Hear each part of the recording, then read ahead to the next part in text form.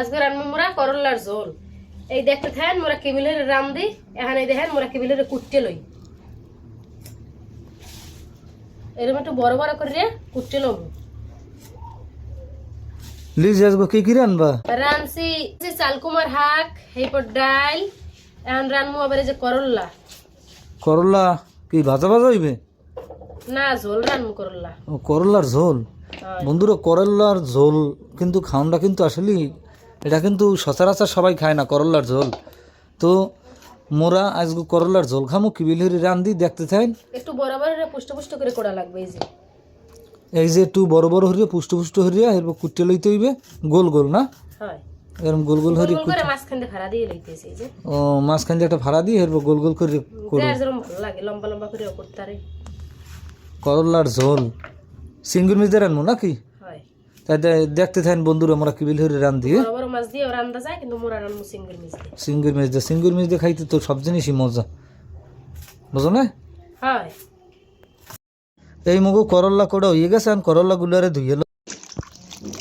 এই যে মোরা এখন করলা গুলো ভালো করে এর উপরে ধুয়ে লো, মাঝখানে বেশি করে পানি দিয়ে কসলাই কসলাই ধুয়ে লো।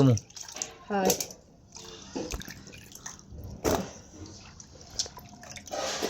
এই যে চুলোর উপরে মোরা করই দিছি, করই গরম হয়ে গেছে, এখন দিয়ে দিমু সয়াবিন তেল। তেল গরম হয়ে গেছে, এখন দিয়ে দিমু দিয়ে দিলাম পেঁয়াজ কুচের মেয়া, তোমার মনে কুচের মেয়া দিয়ে দিমু। এই যে সিঙ্গুর মাছ অনেক ভালো করে ভাজতে লইতে হবে।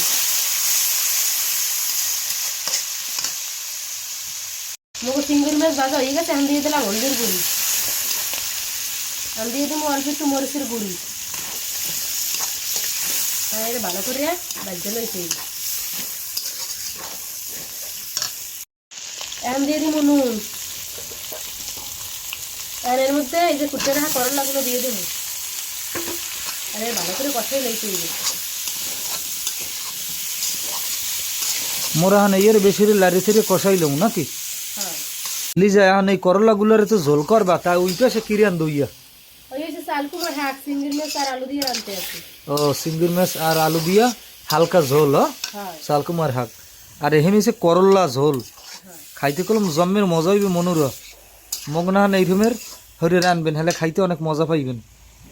এই মগু করলা কষান্য হয়ে গেছে, এখন মৌ দিয়ে দেবো। ঠিক আছে, এই যে এখন মোরা মৌ দিয়ে দিছি, বেশ হইরে মৌ দিয়ে দেবো, কারণ করলার ঝোল খাইতে জন্মের মজা। এপিনে এই মৌ দিয়ে দিছি। মৌ আরও দেওয়া লাগবে?